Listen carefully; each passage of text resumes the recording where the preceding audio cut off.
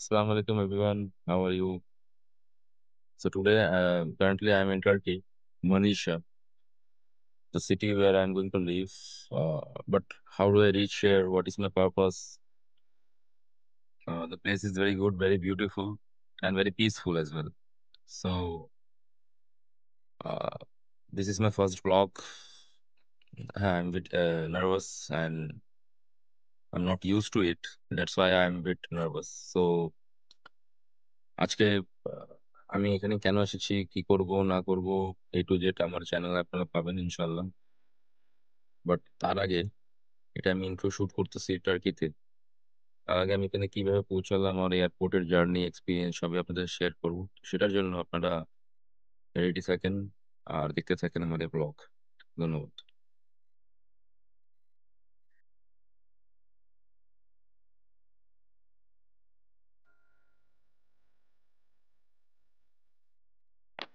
আসসালামু আলাইকুম সকলকেই, আশা করি আপনারা সকলেই ভালো আছেন। ইতিমধ্যে আপনারা আমার ইন্ট্রো দেখে বুঝেই গিয়েছেন যে আজকের এই ভিডিওটা কিসের ব্যাপারে হতে যাচ্ছে। জি, এটা আমার প্রথম ব্লগ। আহ, আমি আমার Dhaka to Istanbul, sorry, Manisha journey আপনাদের সাথে শেয়ার করব। আমি তুরস্ক যাচ্ছি আর এখন আপনারা দেখতে পাচ্ছেন আমি গাড়ি করে এয়ারপোর্টের উদ্দেশ্যে রওনা হয়েছি। আলহামদুলিল্লাহ, আমার সামনে আমার ইরফান ভাই, শাওন মামা আছেন। তার সামনে গাড়িতে আমার সোহেল ভাই, ফুফু, তারা আছেন। আমার বন্ধুরা আছে পিছে বাইকে। সব কিছু মিলায় নতুন একটা জীবনের অধ্যায়ে যাচ্ছি, আমার নতুন একটা জীবনের অধ্যায় শুরু হচ্ছে। তার জন্য দোয়া প্রার্থী আপনাদের সকলের কাছেই। আমি কেন যাচ্ছি তুরস্ক, কেমনে যাচ্ছি, সব কিছুই আমি অন্য কোনো এক ভিডিওতে বলবো ইনশাআল্লাহ। জাস্ট এতটুকু জেনে রাখেন, আমি উচ্চশিক্ষার জন্য যাচ্ছি তুরস্কে এবং আমি ফুললি ফান্ডেড একটা স্কলারশিপ পেয়েছি।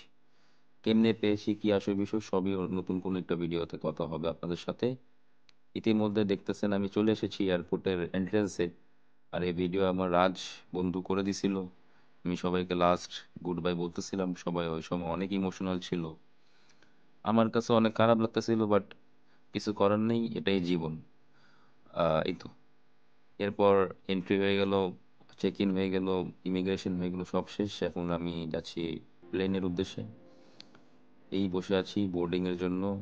আর টার্কিশ এয়ারলাইন দেখতেছি, এটাই আমার প্লেন। অনেক বড়, বিশাল বড় প্লেন। কখনো ফার্স্ট টাইম আমার লাইফের প্লেনে ওঠা, তাই একটু নার্ভাসও ছিলাম, এক্সাইটেডও ছিলাম। সব কিছু মিলায় জার্নিটা সুন্দর। এই যে চলে যাচ্ছি আপনাদের, আমি ইকোনমি ক্লাসে আমার সিটের দিকে, আমার সিটটা খুঁজতে খুঁজতে অবশেষে সিট পেয়ে বসে পড়লাম। আমার সিটের নাম্বার ছিল 22D। আনফর্চুনেটলি উইন্ডো সিট পাইনি।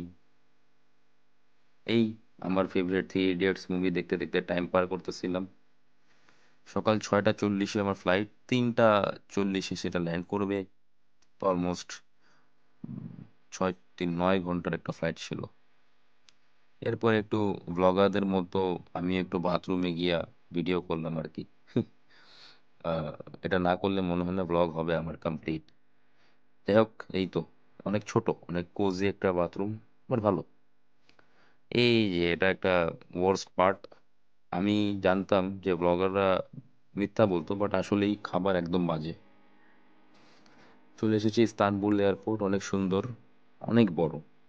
সুন্দরের বেশি থেকে অনেক বড়। হাইটা আপনি শেষ করতে পারবেন না, তাই এই যে এক্সকেলেটর দেওয়া আছে। এই ওয়েলকাম টু ইস্তানবুল। এরপর আমার একটা ট্রানজিট ছিল, ইস্তানবুল টু ইজমির। এই জন্য আমি সে ট্রানজিট পার করে, ইমিগ্রেশন পার করে আমি ডিউটি ফ্রিতে এমনি হাঁটতেছিলাম। সব একা ছিলাম তাই। আর একটা ফুটেজ, সেটাও ডিউটি ফ্রি, অনেক বড়। আমার একটা গেট থেকে আরেকটা গেটে যাইতে প্রায় আধা ঘন্টা লেগে গেছিল। তাই আমি ভাবলাম একটু ভিডিওই করি আশেপাশের। অনেক বড় আর অনেক সুন্দর, যারা গেছেন তারা জানেন হয়তো। এই চলে এসেছি অবশেষে আমার ডোমেস্টিক যে flight, Turkish airline TK 373 something number ছিল এটা। আর প্রচুর পরিমাণ বাতাস চলতেছিল এই সময় ইস্তানবুলে। অনেক ঠান্ডা। যেমনি তেমনি আমি প্লেনে উঠলাম। এই প্লেন ল্যান্ড করতে চলেছে। অনেক নার্ভাস ছিলাম। আর ল্যান্ড করার সময় আর সরি, টেক অফ করার সময় আর ল্যান্ড করার সময় আপনার কানে অনেক ব্যথা করে। আমি এটা ফার্স্ট টাইম এক্সপিরিয়েন্স করলাম, হয়তো অনেকে জানেন। আর এই যে চলে এসেছি আমার এই ভ্লগের সবচেয়ে আহ, এরা বলতে পারেন ভালো ফুটেজ বলতে পারেন বা ভালো দৃশ্য বলতে পারেন, সেটা হবে এটাই। কারণ এই জিনিস দেখলেই আমার মন মানে একদম, আপনি বলতে পারেন যে দেখেন আল্লাহর কুদরত কি, আল্লাহর সৃষ্টি কত সুন্দর। হ্যাঁ, আপনি খালি একটা ইশারা করলেই পুরো দুনিয়া তৈরি হয়ে গেছে, এই আকাশ তৈরি হয়ে গেছে। আমি মেঘের উপরে, ওটার উপরে আরো মেঘ, কত সুন্দর। নিচে যত তাকাই তত মুগ্ধ হচ্ছি। সমুদ্র, পানি, বাসা, পাহাড়, কি নাই এ দুনিয়াতে আর। আর জাস্ট সেটাই ভাবি যে এই দুনিয়া এত সুন্দর হলে জান্নাত কত সুন্দর হবে। বাস, এই তো। এভাবে দেখতে দেখতে সময় চলে যাচ্ছিল আমার।